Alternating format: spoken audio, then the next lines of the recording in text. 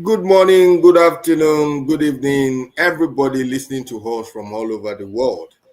Thank you for joining us again today. It's another beautiful Saturday, another Darasimi Storytime with Darasimi show. And we know that you have missed us. We actually miss being online. We have been offline for a number of weeks now due to technical reasons and some other engagement that have eaten up into our live stream time. We are very, very sorry for everyone who was looking forward to it, who have suddenly discovered that we were not online. We are very sorry. We are back online now. And we want to appreciate you for sticking with us, making out time to be with us on the show every Saturday like this, 1 p.m. And we really want to say a big thank you to everyone who is reaching out to us, to everyone who is praying for us, to everyone who is sharing, commenting, or engaging with us on the live stream or even after the live stream is over. All right, we are live again, and I have with me, as usual, Darasimi, the one we call the storyteller. She's on the show today. Darasimi, can you say hi to everyone watching you? Hello, everybody.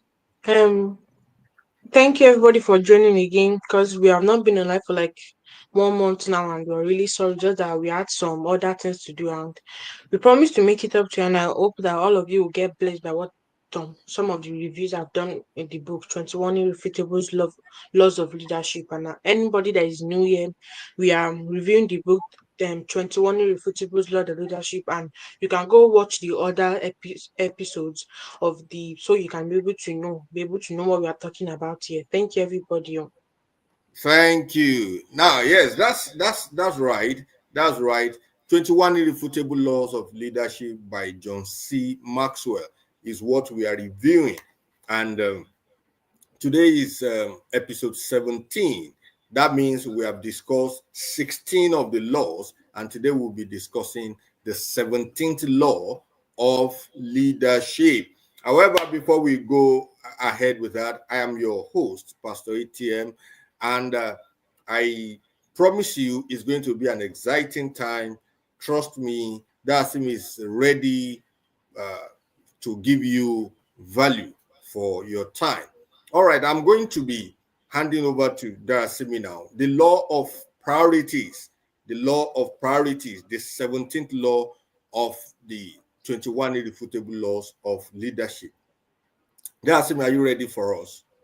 Yeah, I'm ready. So take the stage. Okay, thank you. As I've already said, we are reviewing the book 21 Irrefutable Laws of Leadership, and we are in chapter 17 of this book, the laws of priorities.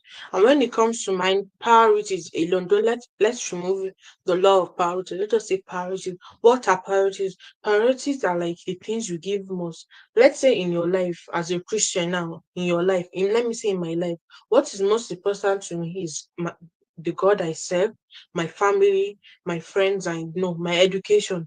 That are the most important things, and my health. My health is after family and friends. So that's priorities. My highest priority is God, and my lowest are friends. Because when it comes to that doesn't mean you don't love it. There's different ways of saying you love somebody. Some things are just more important than saying you love all of them, but it's just that there are things that you're just supposed to, folk. That's it. But let's now come to leadership. Leadership, your goals is to be able to give your audience the truth. As a leader, you're supposed to want to give your audience the best thing, even if it's the truth. You don't say it to them harshly and you give it to them, and if they refuse to listen, you know they are not the right followers for you. You want to give the truth. You want to say things that will benefit you and your followers. So that is what it means. Now, when you now say the law of priorities, this is where it comes to leadership, and it's saying that do you- it's like kind of a question that do you know as a leader or a leader to become? Do you know the things that are required of me? Do you know the reward that the greatest reward you bring, or do you know what is the best in return for what you do? But the one is that the one me I want to tell you is that what is required of you as a leader, what is required of you as a businessman or woman, what is required of you as a live streamer, YouTuber, anything. So what is required of you? You need to know that as you want to prioritize, even in your just your day life, you want to go to grocery shopping, you want to clean the house, you prioritize everything. So you know the one that okay, this one I need to do it, like as children now, your parents to give you some chores to do. Then you're supposed to do it, but you put one I know that if you don't do it, you will get in trouble. So you first do those one, and the less important one you can do it even when they come back. But when you know that you're getting in trouble, you want to do it first. So that's what it means when you say the law of priorities. Now let's get to today's the law of priorities. And what I first got from there is that leaders must prioritize what matters most. You know, leadership isn't about doing more; it's about doing what matters. You may only post like 2 videos, but those 2 videos they have affected a lot of people, like, either bad or good. But we are going to talk about the good. It has affected people life a lot. People have changed. People have people are coming to Christ. All of you because of just one song you make. So it's not about the quantity, it's about the quality of what you do. It matters because great leaders must focus on the high impact tasks. They must focus on the high impact tasks because they have other things to do. So they have to prioritize things that are more important to them. Their organization is important, their followers is important, everything is important. It's just that some are more important than others. So don't get me wrong, guys, saying that okay, because my friends are at the bottom and my head is now here. No, it's different. It's just that they are all important to you. It's just that one is just more important than another. That's just it. Then the second one is Pareto principle, 80/20 rule. So this is this essential because Maxwell says that 20% of your efforts used to 80%. So the quality thing you do for that 20% is going to result to the 80% you're going to have.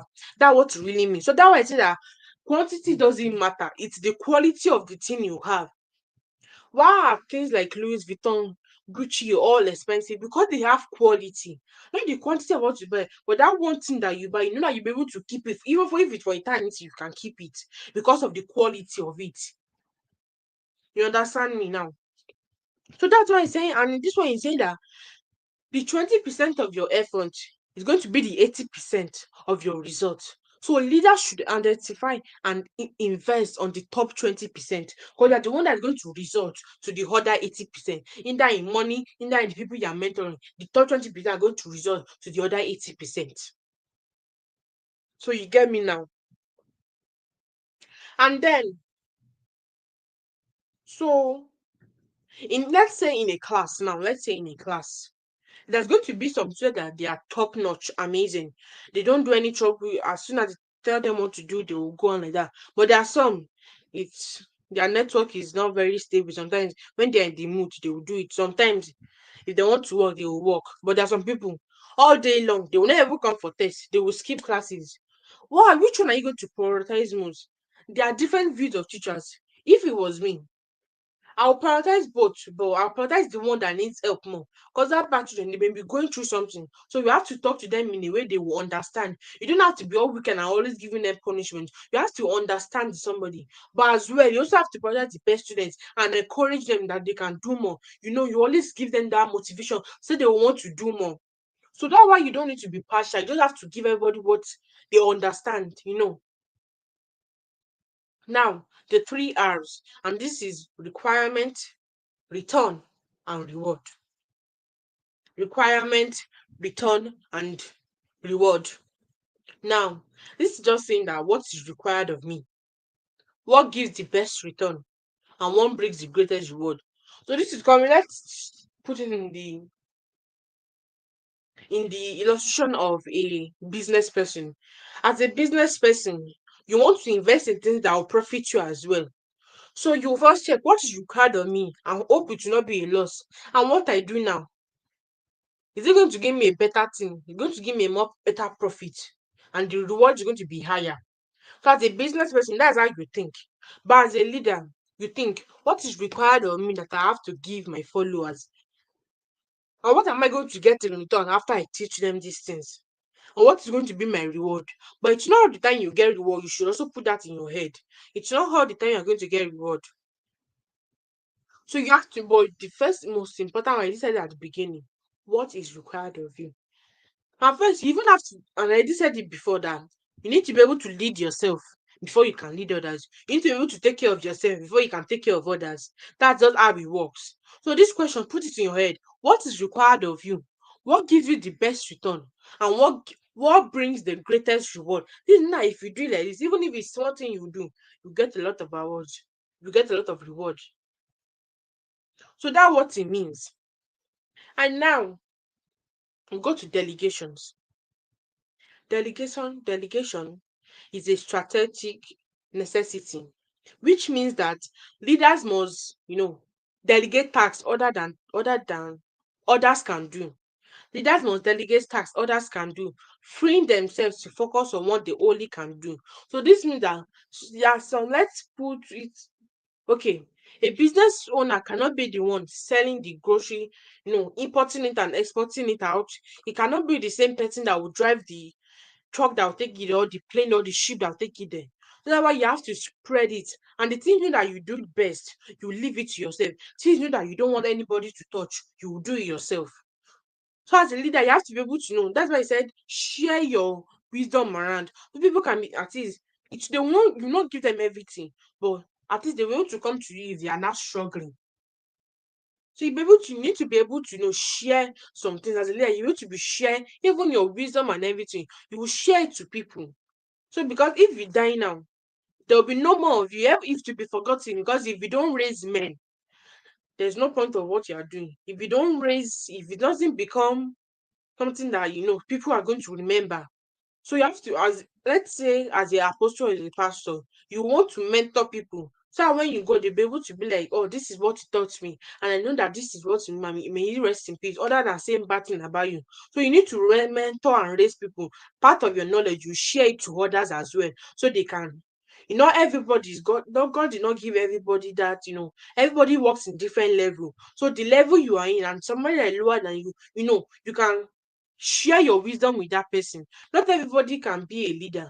Some people are just meant, they are supposed to be like people that will follow, not follow you for the rest of your life, but you will mentor them. You're supposed to be their mentor so they can, maybe in your lifetime now they'll be able to help you at least. So that's why you even need to have friends as well. Friends as well matters, because if you need help and if your family is not around, the next person you can turn to are your friends. After family is friends. If you want to talk to anybody. So you should need to, and you should know, you should always appreciate a lot of things. Appreciate that you have the gift to be able to make friends. People that you know that are very lively, they are very not lucky, but they should be happy because they can go to people. They are not shy to do things and they are proud of themselves. That's how we are supposed to be. As a leader, you're supposed to be proud of what you believe in, and you're supposed to share your wisdom with other people as well. And now it says that comfort is the enemy of progress.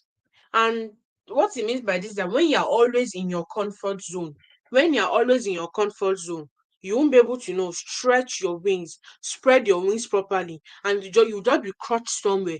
You won't be able to talk to, maybe your gift is singing, and all you do is just sing in church. I don't say singing in church is bad though, but like you know that your turn, even God please sing that you know that you're not only supposed to be a church, you're supposed to be higher than this. You're supposed to be going for council, you're supposed to be going for administrations. That is it. But the thing is that you don't want to leave your comfort zone. You don't want to leave the audience you are familiar with. You are scared you're going to have eight. You're going to have eight, but that's going to make you stronger to even strengthen you and be like, I don't care what people say, God chose me, I'm a chosen one. So you should be able to know that. So you should always, when you should never be scared to leave your comfort zone. It may be hard at first. I know that it may be hard at first before you may want to come online and bring out yourself. You can first do prayers and everything that God to give you the courage. But as long as you do, as long as you have it in your mind that you want to do it, no worry. Don't worry. God will give you that courage to come out. And I hope everybody that is having those gracious, amazing talents that are refusing to come out because you don't want to leave your comfort zone. I pray for all of you that God will give you the courage to come out, because it's going to be a very good thing if you can just come out and spread the word to people in different ways. Now, and this is where Maxwell is talking about when he was relocating from San Diego to Atlanta in the US, and not for comfort, but for strategic growth. Because if he had just stayed in his hometown, in his own place where he was born, where he was raised, where he knows everybody, that he repeats everybody left and right. Oh, how are you, John? How are you, Christian? How are you this? How are you that? It's not going to. So you have to spread your wings. Explore, and if you make mistake, you will learn from it, and you know that, okay, I'm not supposed to do. You will do this better next time. So you should always never be afraid to leave your comfort zone. Never be afraid. It may be hard at first, but just know that God will give you the courage when you pray for it. He will give you the courage. And I pray for everybody that the Lord will give you the courage to be able to, you know, to bring to, even if it's singing, you can start singing. You can start from composing songs. Maybe you just play it in a small gig band, maybe like you know, in a small, maybe a cafe or something. You play there, you go from there to other places, and God will help all of you in Jesus' name. The next one is time management. Time management doesn't equals to effectiveness. Know that time management is okay.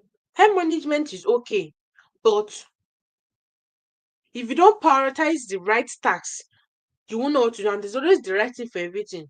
Let's say it's a funeral of somebody, and you're telling your parents that you want to go to an amusement park, that you want to go and have fun or something happen. Is that the right thing to say at that right time? You're supposed to be consoling the person at that time. So time management is good as well, but the way you put things matters. That's when you're going to get results. And what I said is there, leadership effect. Okay, time management doesn't equal to effective leadership.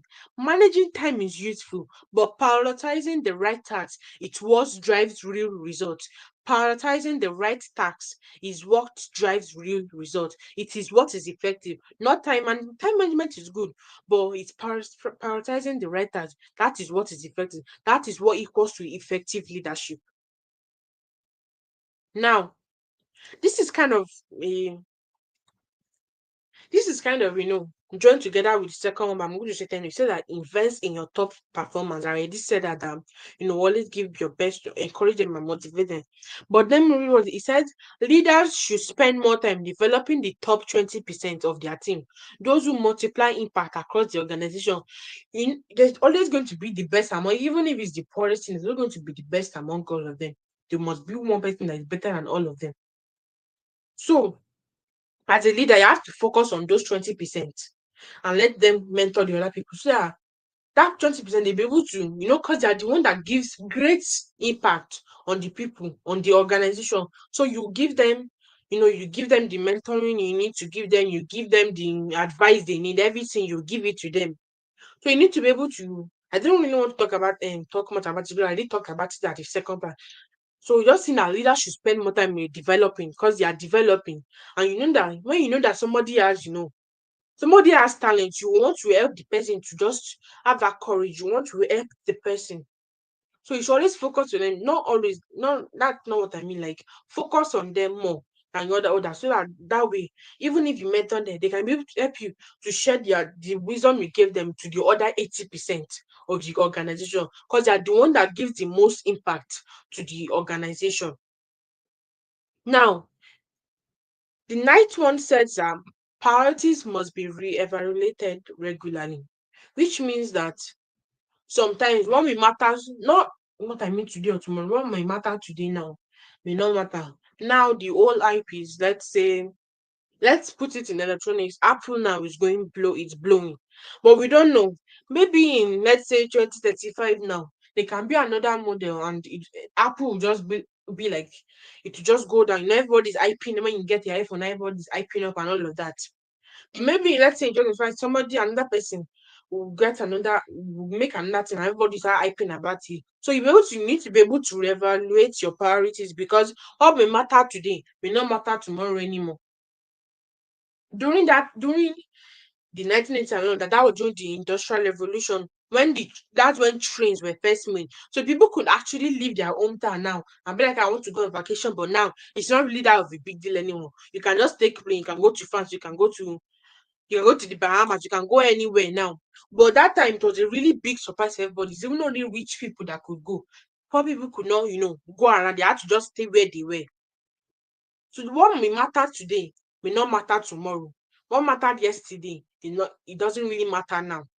It's still working, but it doesn't matter much. Nobody's really hyping about it anymore. You understand me? Like a trend now. Let's say on TikTok there's a trend. It may just maybe last for 1 month or 2 weeks, all of that, and you just because nobody will really. If anybody they be like, oh, that's so old or something like that. So that's even in daily life or daily life. They're going to be trends. They're going to be memes. They're going to be different things. But you just have to know which one you're going to put first. And that's I'm just giving an illustration. So you, as leaders as well, you need to be able to evaluate. Your lives are just that they are more important. Your lives are more,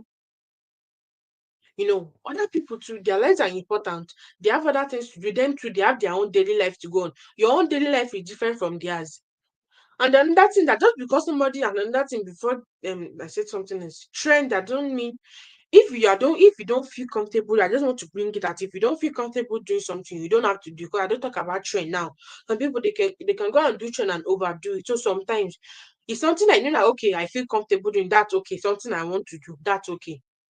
But something that you don't want to do, you don't have to force yourself. Corporate pressure is not good. So you have to be able to learn to say no as well. Anyways, and you also have to have a model prioritization for your team, which means just you have other prioritization, but there's just one goal. This one goal, they know that this is your aim and your company. You want to be part of the richest business company in the world. You start working for it. You will enter contracts that will you know, allow you have profits. That way, you can be able to sell good quality stuff and be able to get money off because more people will buy it when it has a lot of quality. Now, and it says when leaders live by clear priorities, their teams follow suit, creating of culture of focus and productivity. Their focus is going to be that direction, not the other way. This way it's going to go the right way. So you suppose even if you have other priorities to do, you're still going to have like a model one that you know that this is your really big goal. You can have temporary goals that you know that you can you can just do in 2 months. You just want to have that goal. Or maybe let's say you want to lose weight now, maybe you want to have it for 1 year or something. So but there's something that you know that you just want to do, like when you die, you be like, oh, these are the things I've done in my life and I don't regret it. I'm happy that then one thing is that when you have a model goal, you'll be able to focus on it because you'll not be switching from left to right and just going up and down. You have to have a model goal. And the last one says leadership is not about progress. And it's about progress. Sorry. Leadership is about progress, not perfection. You're supposed to progress slowly and gently until you can be the best. You can be the best of your abilities. And this Maxwell reminds us that leadership is a journey. Prioritizing well is a skill that evolves with experience. And this chapter now is like a wake-up call that anyone who feels overwhelmed by their to-do list, their revolution list before the end of 2025, it teaches us intentionality. So, it want us to be intentional about it just because, or what, let's say because, or other people I want to do it. I don't really want to do it, but let's just do it for the crack. Let's just do it for the fun. Let's just do it for the fun of it. And Maxwell doesn't just preach productivity. It teaches us intentionality. Intentionally doing it yourself. Be like, oh, I want to do this thing. Somebody that started a trend, they wanted to do it themselves before everybody started following them now. Somebody that started this new iPop thing, somebody started it, and that person used his brain. That person wanted to just make it. He wanted to maybe he didn't even mean to make it. They just wanted to know like his normal posting. The person wanted to post it, and it became a trend. So somebody that made that trend that you're looking at like that. So everybody, if you not really hear what everything I said, I already told all of you, you to take these questions with you.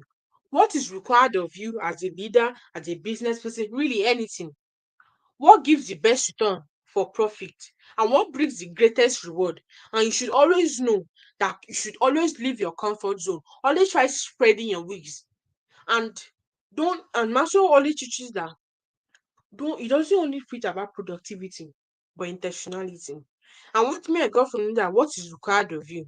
And always know that you should never be too scared to leave your comfort zone. Because that comfort zone, you are going to be stuck there and you'll be able to fly out. So be able to be happy to just spread your wings and be happy. Thank you, everybody. I hope you got one or two things from today. Thank you, everybody, and thank you, especially Darasimi. Thank you for that very great explanation on the law of priorities. Leaders live and operate by priorities. You cannot do everything. You can. I'm sure everyone has so many things on their bucket list, but leaders understand how to prioritize whatever is not important at that time, or that can be delegated is delegated.